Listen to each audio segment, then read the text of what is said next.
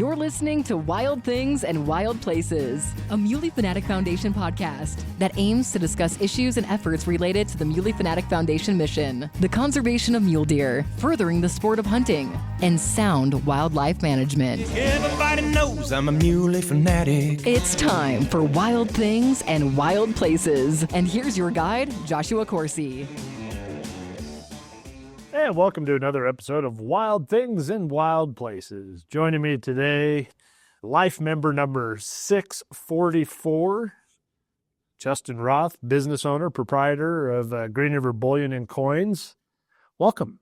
Thank you. I told you I was going to put you on the spot, and I guess it's more of my own curiosity more than anything. But as life member number 644, I'm just always curious what the motivation was to make that ultimate pledge of membership that we offer to become a life member of Muley Fanatic Foundation. And certainly I'm grateful for it. We're humbled by that. We appreciate our life membership.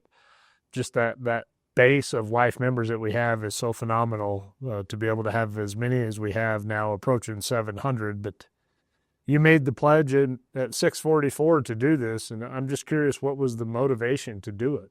I think the main thing is I like what you guys stand for and what you're doing, and I can't go wrong with getting some free gear, too. It is a pretty good offer. The Weatherby partnership has been great. You probably know just your research on us before you made that pledge, and we've talked about it a couple of other times. We spent the first 5 years organizationally, now approaching our 13th year, not offering a life membership, because we had folks that had asked about that, and we didn't think that was something we should offer. And really, I can own that. I had read a white paper that the NRA had put out about their life membership, and what they had found was, and I'm a life member of the NRA, and so I get it, but they had found that their life membership database was really a database that became inactive because there was this mindset of, I've made the ultimate pledge, I can check that box. And even as an NRA life member, and for years now, they've exceeded what they mail me than what I ever contributed financially to become a life member. But I never wanted the mindset of, I've made the ultimate pledge and now I'm done. Like an organization like ours that's grassroots oriented, it needs every bit of support it can when it can. And I didn't want anybody to adopt the mindset of, I've already completed that and that's it. Yeah, absolutely. When you talk about the different sciences of conservation and wildlife management, biological sciences certainly are, they resonate with everyone. Wildlife crossings, landscape habitat treatment projects, water restoration projects, juniper treatment, encroachment. Those things are tangible biological things that people can wrap their head around. But where I see is where we are at in the 21st century, and what is certainly an obvious small fraction of the population that identify as hunters. It is the political sciences and the social sciences that if we're not engaged and in that arena actively, then we risk a heritage being lost. And I hold that to heart. Most hunters obviously are strong Second Amendment supporters. Most hunters are responsible stewards of the landscape. They get it. They understand carrying capacity. They understand disease. They understand invasive species and how the ecosystem is all tied together. Any of that weigh in your decision to become a life member, Justin? Yeah, of course. That's why I said I like what you guys stand for and what you're doing. And I'm an avid hunter and outdoorsman and fisherman. And I'd like to see this go on for future generations and, like I said, not potentially be wiped out. I wanted to put you on the spot on that intentionally without you giving time to ruminate on what an answer might look like, because I find those fluid and raw responses are best suited because they're genuine and they're emotionally driven to what's in the core. And that's important, I think, when we talk about our heritage. But I really wanted to visit with you, and I set this appointment to talk with you because you operate as a small business owner and the proprietor of Green River Bullion and Coins. You offer something that people may have an idea, they may have a perception, but the bottom line is, unless you're in this industry doing this day in and day out, the fluctuations of change within what you do, we all see the commercials. Buy gold, diversify your portfolio, strengthen your portfolio long term. But when you talk about the precious metals market, What is the biggest misconception that you know as a professional within your industry? I think the biggest thing is most people don't know that our dollar isn't backed by anything. Back in the day, we used to be backed by physical gold and silver. You could go to the bank and they would have it in there and you could turn your paper money in for physical gold or silver, and now you can't. It's literally, we call it fiat currency, which is basically fake. Yeah, I believe your $20 in your wallet is worth $20. That's why it's worth $20. Nothing more than that. There's a statistic out there where it started during COVID, but like 70% of all our money was printed from like COVID until now, from when this country started. 70% of paper money was printed in the last 5 years.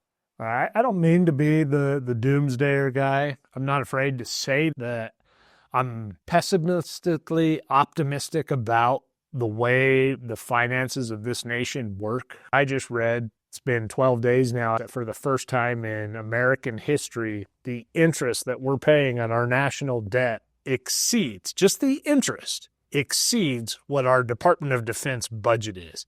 Tell me if I'm wrong. And people tell me that all the time, so you want to offend me. Yeah. But shouldn't we be concerned that we've built a house of cards? Oh, absolutely. If you look at history, any states, any countries that have ever gone to a fiat currency and they've left a gold standard or silver, they've all crumbled, they've all crashed, and they've had to start over. And it's usually in that 150 to 300 year mark, and we're in that time frame. 248-year-old nation. Yeah. And they just keep printing money. The government just keeps printing and printing, and it's backed by nothing. Eventually, it's going to be worthless. I think all of us, we put on blinders and we go and we stay in our lane and we do what we do day in and day out. But collectively, the bigger picture of this is fragile. Absolutely. And the layer of what is holding this together is paper thin. Yes. No pun intended. Yep. But it is. Yeah, it's just a matter of time before we have to do something different. Where does that fit for where Green River Bullion and Coins comes in to help strengthen one's personal finances? How do you help in providing that flexibility? And is it enough? It's probably not enough, to be honest. I'm just one little piece of the puzzle out there. But what you and your industry does. It's a big factor nationwide for people that need to do this. There's hundreds of coin stores nationwide, and you can come in with your cash or check, credit cards, and you can swap into physical gold or silver. That's the nice thing, is this is physically in your possession. So if you need, like you're saying, doomsday, people are worried about trade, barter. If our dollar ever does crash, this is something that you can still use to trade and barter for fuel, food, whatever you might need. Yeah, this is real value. Absolutely. That's what this is. And if you look back once again in history, every single civilization has used gold, silver, bronze, copper, even to some extent as a currency. Let's try to understand a little bit more from a layman perspective how this market works. You're a guy that you could spat it off exactly where it's at this morning. You know these things because you're in this world. This is your business. Gold, we've heard it could be $2,500 an ounce. I mean, we hear these things on TV. We see these advertisements. We see these commercials. You can invest. You can actually take physical possession of these precious metals. If someone is new to this, where would you guide them in how to start diversifying their portfolio to include precious metals? Yeah, so the first thing is they got to have a budget that makes sense. Unlike our government.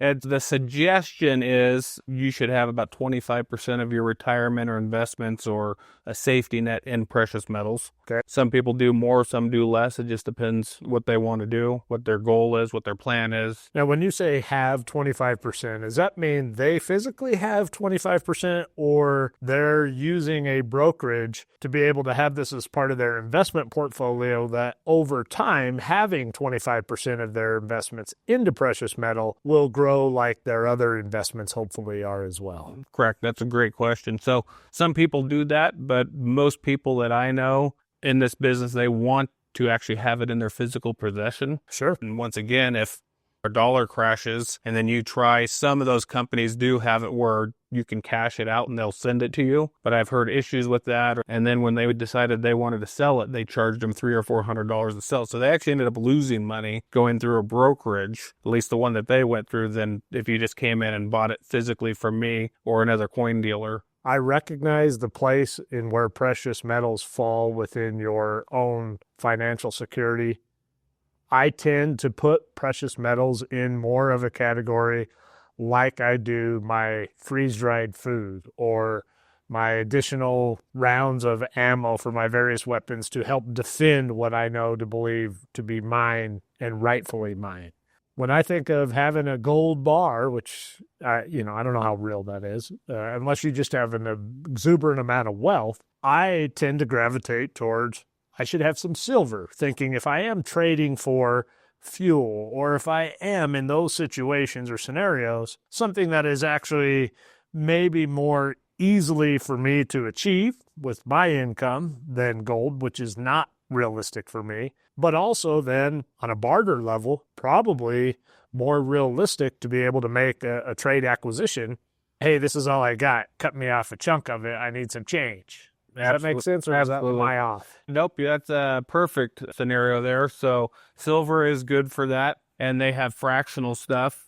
So a lot of people like to buy 90% silver, quarters, dimes, halves. So these are actual coins that we used in circulation, 64 and before. So I was going to ask you that. So when people say pre-65, what that truly means is 64 and before. Correct. There's not a first quarter with some mints in the early part of 65 that we're producing with. It is truly, you need to find something that's dated 64 or before. Correct. Yeah. Now there's a couple, that's a whole different scenario, but there's a couple what they would consider error coins that did get out in 65 that may have been silver, but they didn't actually mint them on purpose. Okay, so those are worth some money if you can get your hands on just from a collector's value. Yeah, because it's considered an error. Okay, which drives value. Yep, exactly. When I looked earlier, it was about $30.50 per ounce on the market. And where I think those that have followed this a little bit probably recognize what happened in the 80s with Kodak. What's driving the silver market right now? Is it still the medical industry and the computer industry of the Silicon Valley and their needs, or what? So there's a lot of factors. It's not just one anymore. One, you have inflation. War drives up metal prices. They say war makes money. You got BRICS. I don't know if you've heard about that. So that's a new thing that was put together. It's Britain, Russia, China, India, and I think South Africa. Anyway, they put together this thing where they're trying to get off the dollar, and they're backing their currency by physical gold, silver, platinum. They're buying up metals like crazy right now, and they are literally trying to get away from the U.S. dollar, which if they successfully do that and the more countries they get on board with them, that's just going to weaken our money in the long run. Well, when we seen the results of the election last week, one of the headlines that was quick to come out on Wednesday morning was the stock market up 1,300 points, up 1,600 points.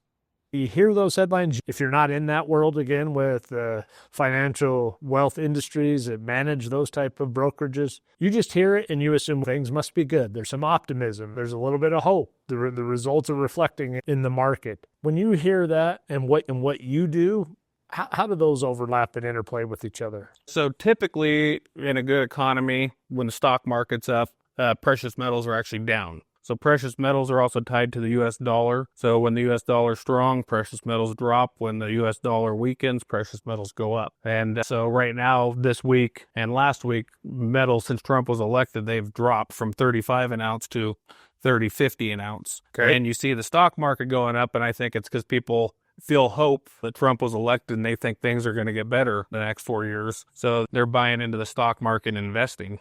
Also, probably a great opportunity to be buying precious metals then. Absolutely. It does create an opportunity. Yep. If, as you indicated, when the dollar is strong, precious metals tend to decline. Not when the dollar is weak and precious metals, you're already behind the eight ball. Exactly. And it's weird in this business, and I see it all the time, and it's people think they're missing the bus, and they'll come in and they'll buy. When I first opened the store 4 years ago, silver was $18 an ounce. And people have been coming in here and I'll think about it. And then when it hit $35 an ounce, they decided to dump their $5,000 or $10,000 into silver when they could have bought it at 18 and they would have got twice as much silver that they have now. But they decided to wait because they thought it was going to go higher and they thought they were missing the bus.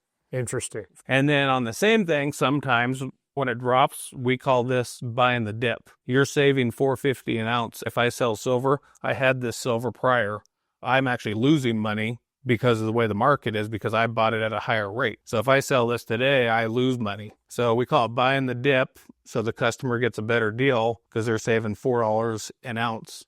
Does it make you as a business owner and proprietor want to just sit and hope that the market comes back so then you can offset not having a net negative loss? You can hope and want, but it'll come back. Fluctuates is actually healthy for the market. You can't just keep going up and up. Sure. So this dip is actually a good sign for anyone that may want to invest or have silver and gold. So what I do and what a lot of dealers do is you just buy at the lower rate. So I just buy more silver, have it coming in, and then it'll just drop my cost average. And then overall, you end up making money in the long run. So what prompted you 4 years ago to establish this business? It was during COVID.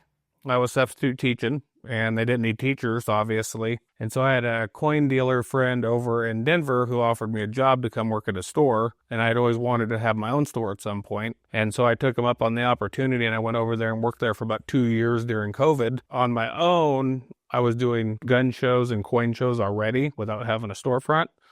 And locally, I didn't know if there was enough demand to open a store. And when I started doing the gun shows in Rock Springs and Casper, I put some ads in the paper. I started getting enough interest, and people kept asking if I had a store. And I did some math and found a location and figured out that there was enough demand here to open up a store. Has it been good? Yeah, it's been hit and miss, but overall, I'm still 4 years later, I'm still here. So, how much of your business, and is there an opportunity for folks to engage in your business, particularly with this podcast and our listening audience? If you don't live here in Green River, is there a way through our online resources available today to be a customer of your business? Oh, 100%. I do online, and when I travel around to coin shows and gun shows, I do 30 or 40 shows a year. I would say that's probably a good chunk of my business, but I ship on average. It depends how busy the week is, but I can do anywhere from usually 10 to 30 packages a week. So I'm on Facebook, Instagram, TikTok. There's a new streaming app now called Whatnot. It's basically like eBay, except that it's live auctions instantly. You can bid on stuff, and 30 seconds, you win an auction, and it's shipped out within 2 to 3 days. And you're active on that? I'm on there, but I haven't been selling on there because I haven't had time. Okay. Now, there's some of my dealer friends, they've had to hire a whole shipping department just to be able to handle it, because you can literally sit on there and sell 300, 400, 500 items in a day. And so me by myself trying to run a store and then shipping other packages already, and there's no way I could do it at this time. But my first impression, of course, sitting here in your store, when you walk in, is this is in Green River, Wyoming. And you have an exceptional amount of inventory. One, only because I'm from this area, I wondered at first, like, there's a great amount of value and worth in what is here in inventory. And your location downtown, what a lot of locals would call Bar Row, because of how many bars are on this side of town. Has security been a concern? And probably not an issue because you're still here. But I've seen the cameras. You have the modern conveniences of good alarm system and whatnot. But initially, when you started this business, we don't know what's going to happen, but being in a smaller town, moving here from Oregon, there's definitely a lot less crime here compared to Oregon, a lot of thefts, robberies, break-ins, and I wasn't as concerned, but I do carry. There's other guns in the store if I need them. Hopefully I'll never have to use them. Yeah, like I said, I got security cameras, glass break sensors, door sensors, motion sensors. There's a high-end safe in the back that every night I put everything in the safe. Yeah, because this is an incredible amount of inventory. It gets locked up every night, and then every morning I come in and I set it out. Realistically, the threat, more than anything, would probably be during the day that someone came in to try and rob you. While you're here. Exactly. Sure. So, and you're prepared for that. That's obvious. Hope it never happens. I feel lucky being right here because the police station's just a couple blocks down the road. They can be here really fast. Right. You know. What is gold at today? Right about $2,600 an ounce. Yep. All right, so I'm the prime example of the guy that you were saying that was kicking the tires earlier that, I'll think about it.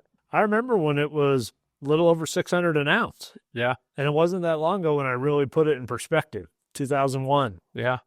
And I think, but in 2001, I had 2 very young children, a newborn and a 4-year-old. I didn't have $600 to get into that game. I didn't have that disposable income. But I always thought, man, every time I'd hear it get to 1,000 or 1,500 or 1,800, I'm thinking, you missed the boat, buddy. At 2,600, that ship has sailed. There's no way I can play in that game now. They were saying they were projecting gold to close out at $3,000 an ounce for this year. By the end of the year, I think part of that had to do with how the election went. So I'm not sure now. Like, it's kind of up in the air. No one's really sure what's going to happen. Sure. We've already seen a drop. Gold was almost 2,800 at one point. So it's come down a couple $100 in the last few weeks.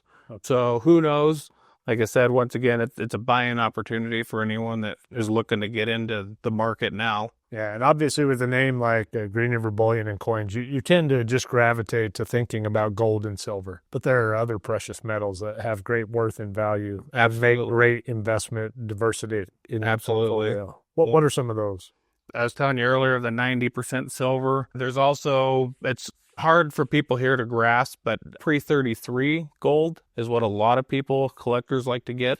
$20 gold pieces, $10, $5 gold pieces that were from 1933 and prior. And the reason that has significance is that's technically when we went off the gold standard, 1933. We were still technically on it after that, but that's the big significance, was 33. Was that FDR or Woodrow Wilson? I know I always hear like one was responsible for the creation of Social Security, but when you're not a dedicated student of history to know all those great details, that there was a drastic change in how our finances of a country from that day forward changed. Yep.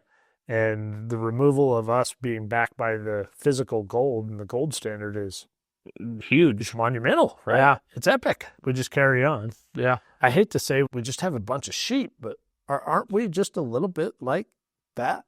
Yeah, to an extent, I guess you could say that. We just carry on because we carry on. Yeah, cash makes the world go around, and the government kind of seems like they do what they want. And not to get political, I think this election said a lot if you look nationwide on how the voting went. I think people want change. They saw what happened the last 4 years, and they're like, this is not going to happen. So back to someone wanting to get involved in this, wanting to understand it better. You're certainly an expert in this business. This is your arena that you're in daily. This starting with silver is just a good spot, right? Like I said, once again, it depends how much money you have to start with. Silver's a great start. It's affordable for most people. Even $30.50 an ounce? Even at $30.50 an ounce, yeah. That's one thing with, I guess that would be a misconception that you asked earlier, is especially when you're new to it, a lot of people come in and they think that silver's $30.50. They think they can buy it at $30.50. And so that's not the case. That's just the market price. So if you do want to buy it at $30.50, it's possible, but you have to buy it on the stock market. That's the paper. So if you want physical, it costs more than that. So we call it a premium, which is over the spot price. Okay. So right now, the cheapest, what we call premium, would be either like 100-ounce bars or the silver kilos that you're looking at there. So how many ounces are in the silver kilos? A kilo is 32.15 ounces. 32.15 ounces. And so you're looking roughly $1,000. $1,000. Yep, exactly. Okay. And then as you go down in size, the premiums go up because it takes more time, more money, employees to make 31-ounce bars or rounds versus 1 kilo. And then condition comes into play at some point, right? For certain collectible pieces? Yes, for coins and collectibles, yeah. When it comes to just actual bullion, it doesn't matter for the most part. It's just what we call silver. It's just bulk. Yep. Bulk volume of silver. And so that's the other thing you get when people come in is you can either buy bulk silver or what we could call coins. And so the coins have a value on them. So like the American Silver Eagles minted by the United States government, it's the #1 bought coin, the American Silver Eagle. And so they started making those in 1986. And so they have a face value of $1. So it'll probably never ever happen. But if for some reason silver ever went to zero or went down below $1, no matter what, that would always be worth $1 face value. Technically, you could go to the store and spend it right now for $1 because it is legal tender. It is legal tender, right? But you wouldn't want to because you would lose the silver value. What is the content of silver of this? The Silver Eagles are 999 pure. And it has a face value of $1, but what I'm holding in my hand right now that you've allowed me to hold and demonstrate, the value of this, to buy this today is what? About $35. $35. Yep. Because market price, $30.50. Yep. And supply and demand is another thing. And so Silver Eagles are the #1 sold coin worldwide. They have the highest demand, so they therefore have the highest premium over spot. So now when I extrapolate this to a scenario that just from being a guy whose undergrad is in emergency management and just a preparedness mindset, I think 2 of these trades for 5 gallons of gasoline in a situation a lot differently than what a kilo of silver would. This makes more sense for an actual currency. Correct. Yeah. Another fun fact to think about is the silver quarters that you were looking at earlier. Back in 64, that could buy you a gallon of gas. And today, this same quarter could buy you a gallon of gas. Technically, probably 2 right now with what our gas price is. So each silver quarter right now is worth about $5. When you get change from the store, which has become less and less common as we've moved to a digital transaction of currency with debit cards and whatnot. But as a coin guy, I'm just curious, when you get change at a store or retail center, do you look through the coins in your hand to see? Absolutely. As you should. Yeah. The government put out a coin in 2019 and 2020. It was one of the state quarters. And for the first time in our history, we used a private mint, the West Point Mint, to mint a quarter. And we put the West Point. Is that based in New York? Or? I can't remember where they're out of. Okay. Anyways, they stamped, you've probably seen like a PDS, San Francisco, Denver mints stamped on coins. Right. So they put out these quarters with a W mint mark for West Point.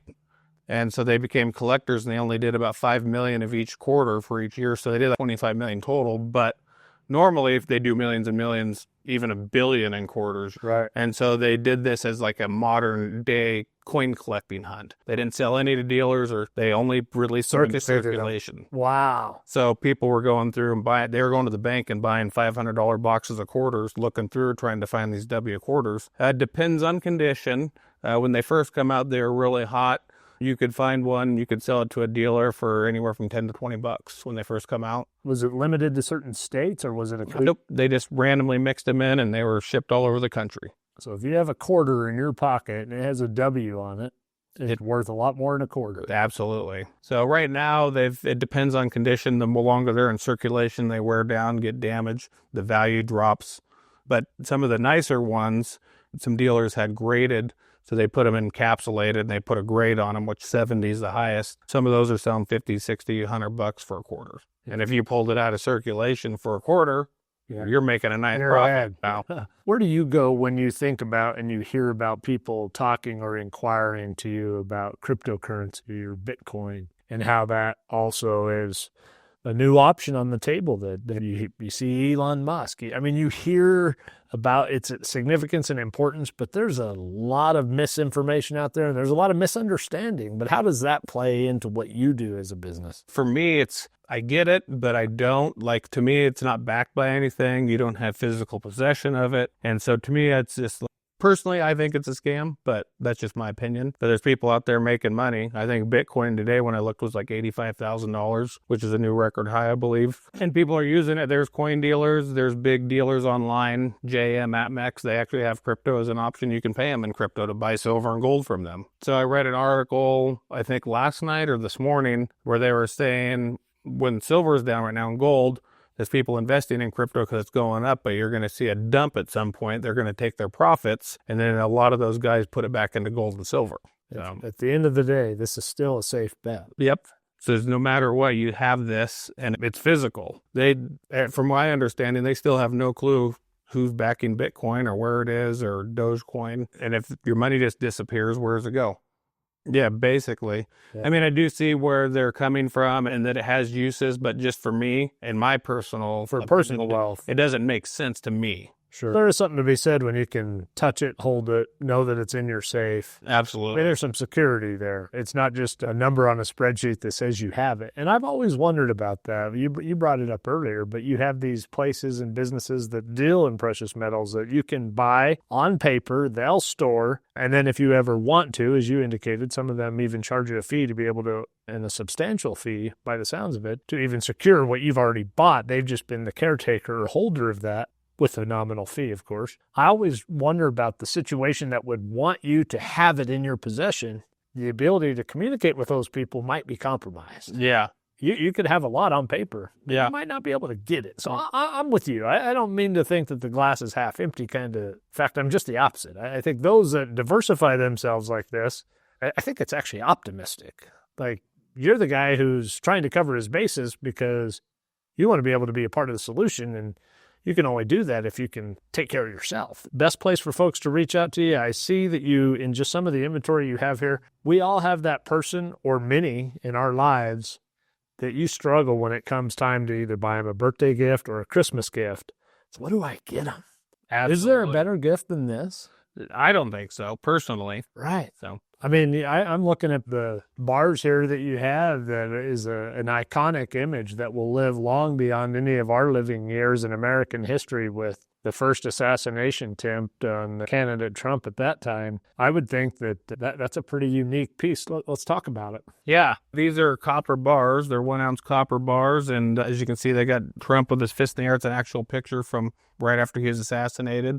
When he was saying fight on the back, he got the United States with an eagle on it. And so these are $5 a piece, retail. And great gifts, stocking stuffers. Do you have a Trump fan in your life? If you like Trump yourself.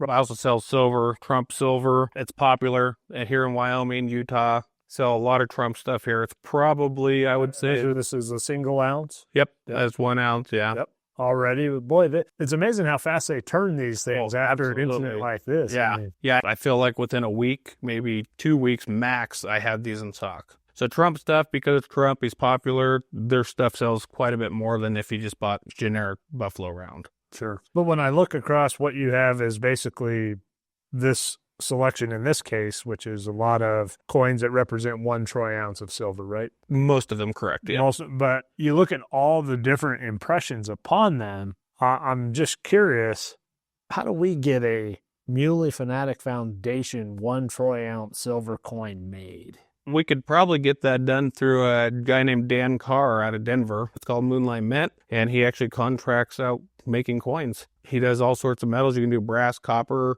silver, gold, platinum. He can do any of them and all of them. He can make the engraving. And I'm a big fan of the challenge coin. Just with my military background, that's always been something that's been part of that community. And then when I was a deputy, the same type of brotherhood is held within that community as well. But I think, how cool would it be to have a challenge coin that's 1 ounce silver? Absolutely, yeah.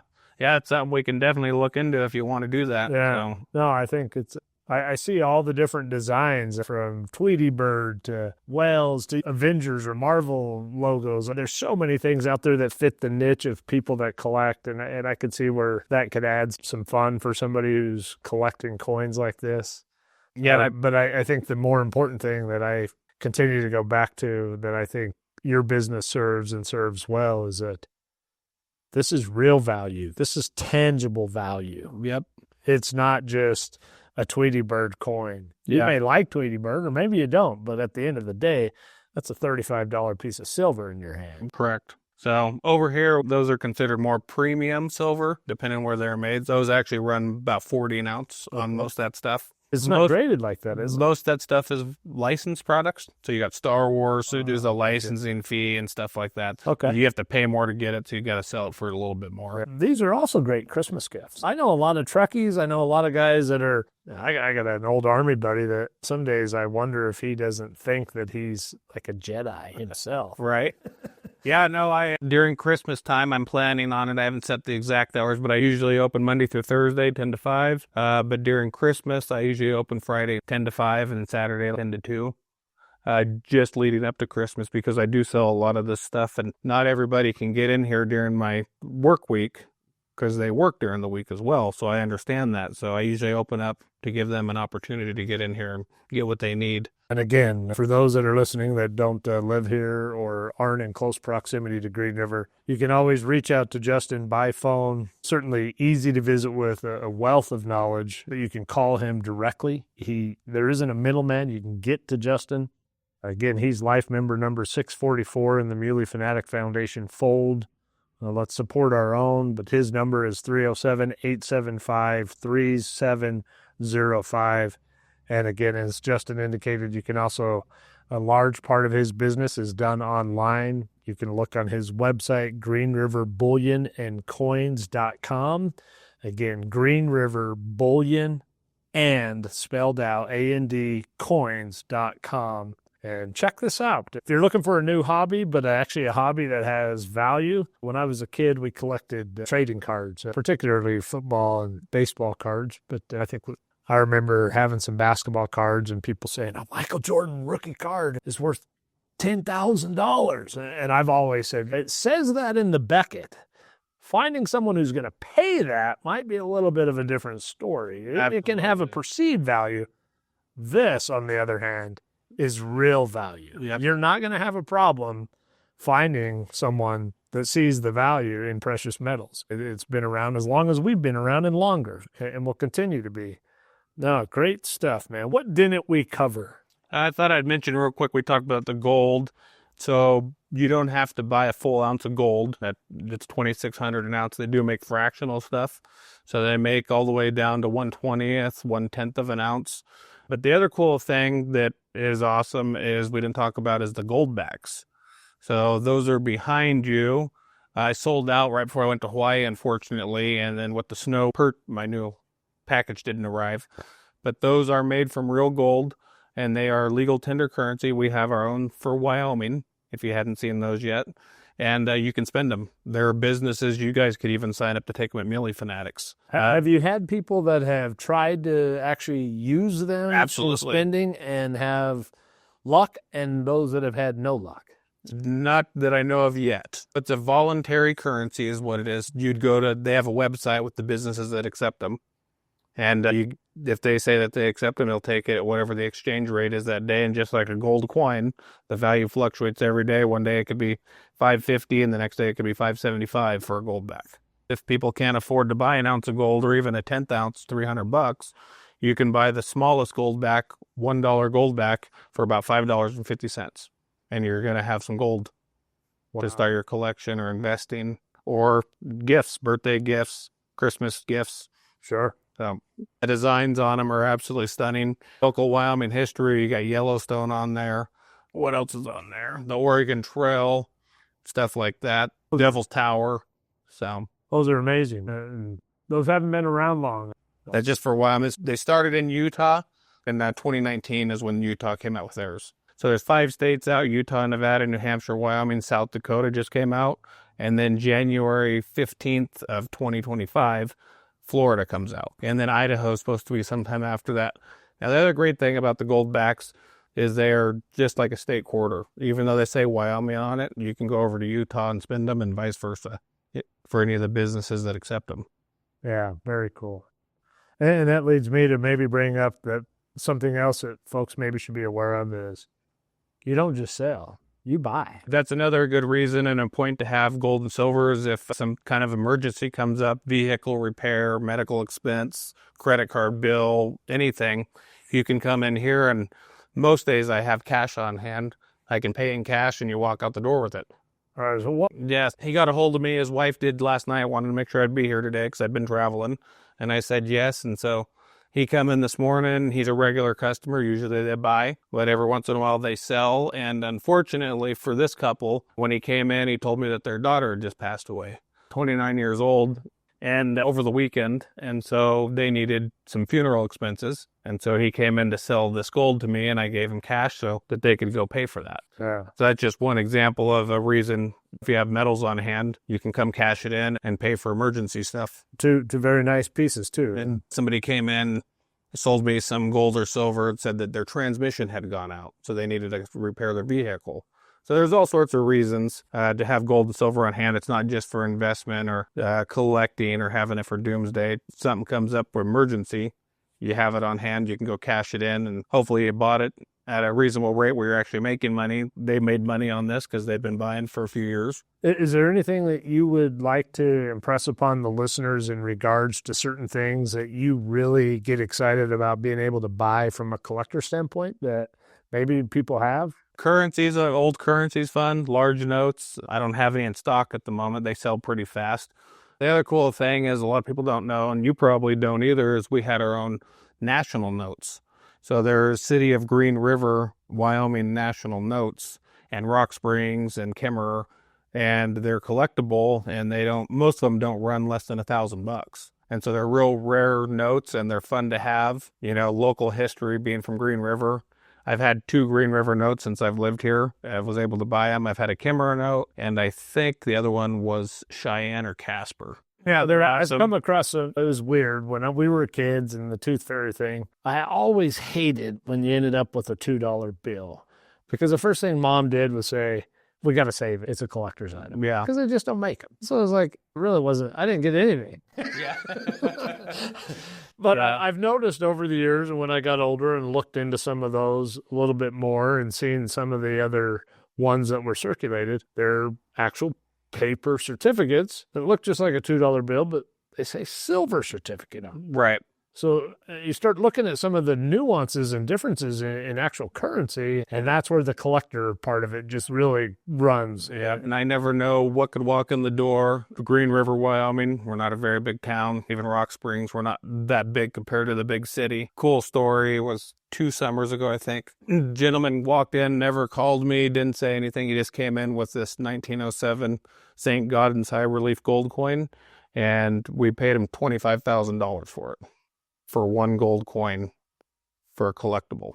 And the gold value in it at the time was probably, that was in gold, was closer to 2,000. You just never know what can walk through the door. That's what I like when people come in to sell. Just never know what's going to happen. He knew what he had, though. Oh, absolutely, yeah. He bought it years prior. This gentleman had retired, and he bought it years prior and was looking to sell it off so he could pay off his house and have no debt and enjoy retirement. When something like that or of that magnitude of a transaction comes place and you're buying a single $25,000 coin, what tax implications does that have to someone's income? So that's a great question. So there's 2 points I'll touch on there. One, he has to have record of it. I don't know what he paid for it. So he'd have to talk to his accountant or whoever does his accounting to see if he made a profit. So if he paid 10 grand for it 50 years ago and he's selling it for 25, he's making 15,000. That's something he's got to report to his accountant, and they take care of it on that end. Okay. Now on my end, buying and selling,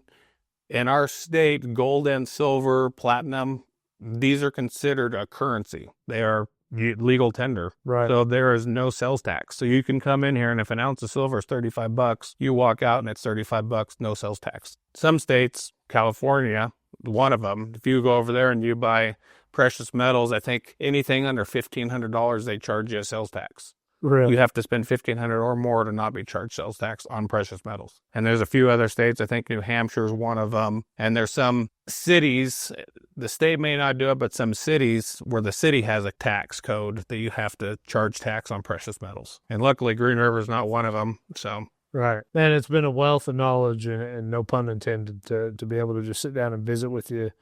I'm going to have a lot more questions for you, just personally. Yeah, we could do this all day, I'm sure. But yeah, it's a fascinating industry that, unless it's like swimming, you can watch YouTube videos on how to swim, but until you get in the water, yeah, this could be something that might seem real intimidating, especially just hearing what some prices are being floated out there and what it costs to get into this. But you got to start somewhere. And maybe it's not you. Maybe it's for a child or a grandchild to be able to leave this as a legacy of your gift giving through something that will grow.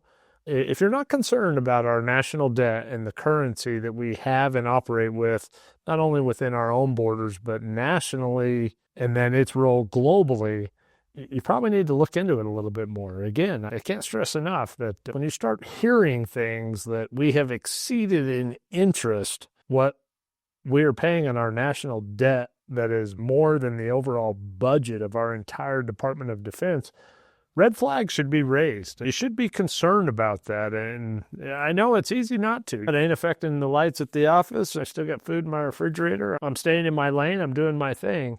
But there are examples in history, and you don't have to go far to look at those examples to see that they're fragile in how they're designed, and none of them has ever been proven to be immune from something.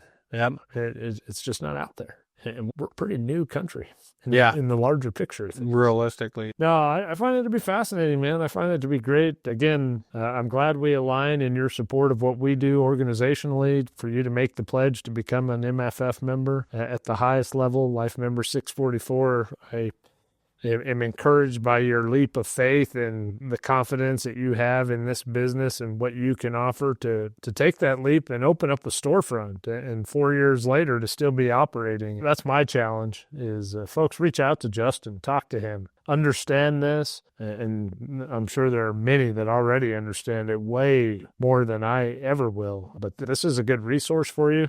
And I'm telling you, you can't see it here. I'm going to have a hard time trying to showcase this with a podcast, but the amount of inventory, the professionalism of what you offer when you walk into this storefront, it leaves you speechless because it's a lot to take in. It is cool, man. Thank you for letting me be a part of your day to be able to talk about this, share it with others. When I came in a couple weeks ago, I just wanted to know, how can I help you? You've helped us being a life member, but as a small business owner, that's the backbone of our community in my mind. So glad to be a part of helping get this word out. Yeah, thank you for being here. I appreciate it big time. And yeah, absolutely. Christmas is coming, jingle, right? Yep. All right. Justin Roth, again, owner and proprietor. The contact information, I'll say it one more time, 875, of course, area code 307-875-3705, or visit Justin on his website, Green River Bullion and Coins.com. Check out and see how this could help diversify your financial portfolio or help provide a gift that is unique and something of interest to someone else this upcoming gift-giving season. Wild things in wild places. Until next time, happy trails.